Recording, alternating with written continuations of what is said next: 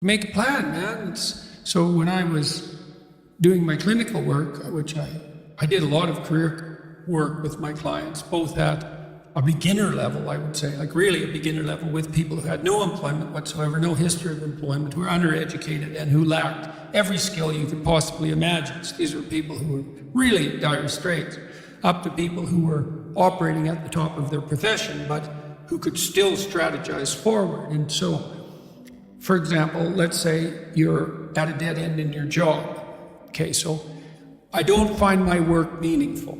All right, so that's a problem statement. It's like, well, why not? I find the work I do repetitive and boring and without spirit.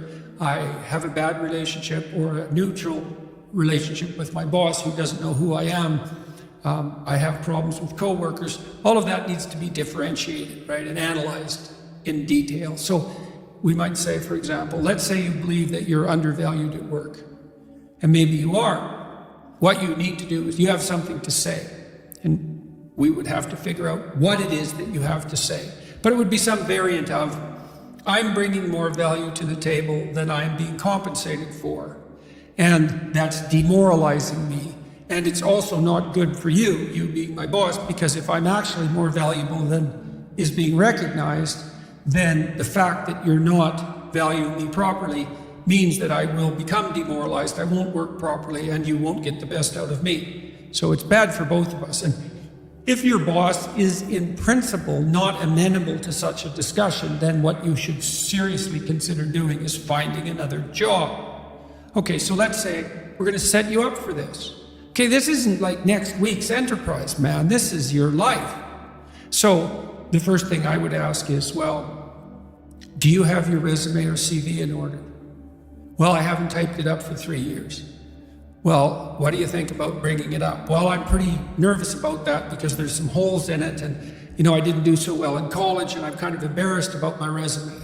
It's like, okay, bring it in. Let's go through it. Let's at least update it. Let's look where the holes are. Let's look at where the inadequacies are as far as you're concerned, right? This isn't my judgment, it's your judgment. Let's walk through those judgments and see if they're warranted, because maybe you're just too guilty and ashamed and self-conscious and anxious, and you're looking at your resume more critically than someone else would, and maybe there's some holes that you need to rectify. You were 2 courses away from your BA and you dropped out or something like that. Well, maybe we need 6 months to address that. And at least, even if you can't be fully educated, you could be taking some courses online. And so when you went to a new job interview and they said, what about this hole? You'd say, well, I came to terms with that 6 months ago, and in an effort to rectify it, I'm taking the following courses, and here's my plan for completion. That's a really good answer. And anyone with any sense who's interviewing will accept that as an indication that although you're not perfect, and who is, that you have a good plan and that you've thought it through. Like, that's the kind of answer that in all likelihood will cement your candidacy for the position. Okay, so now you're going to go to your boss. Well, you have to have your CV and your resume in order, and you have to be able to stand on it solidly, and which at least means that you're prepared to address the inadequacies in a credible, realistic, believable, and truthful manner. All right, now what you do is apply for like 10 jobs. You don't have to take them, but maybe you have to go to an interview or 2 or 3 or 4, and maybe there's a bunch of opportunities out there for you that you didn't even know about. And maybe someone offers you a job. And so now you can go to your boss and say, here's the situation I'm in here at work. Here's my evaluation of the problems in relationship to me. Here's what I could do for you if you gave me a 40% raise and the opportunity to progress, but I'd like to see a plan for that. And I've been looking for other opportunities before conducting this discussion, and I have some. Well, then, if your boss treats you with contempt at that point and doesn't listen, then perhaps he or she is a little more narcissistic than might be optimal, and it's time to find a new job. But this isn't something you do trivially. And so when you're doubtful, say you're trapped, you ask yourself, well, why am I trapped? And that's a hard question, right? Because some of it's your own inadequacy, a lot of it. And all of the part of it that you could deal with is your own inadequacy.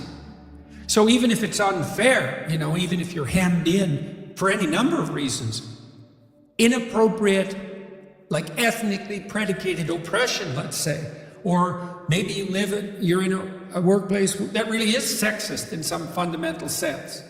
Well, that's not good. It's not just. It's not fair. It's not meritorious. All of those things. And maybe you shouldn't be there. But what you can do to begin with is every bloody thing you possibly can do to put yourself in the most virtuous and powerful negotiating position possible.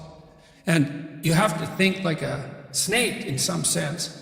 To do that, you got to get the details right. You have to be prepared to bite, and you have to have your eyes on the prize, so to speak.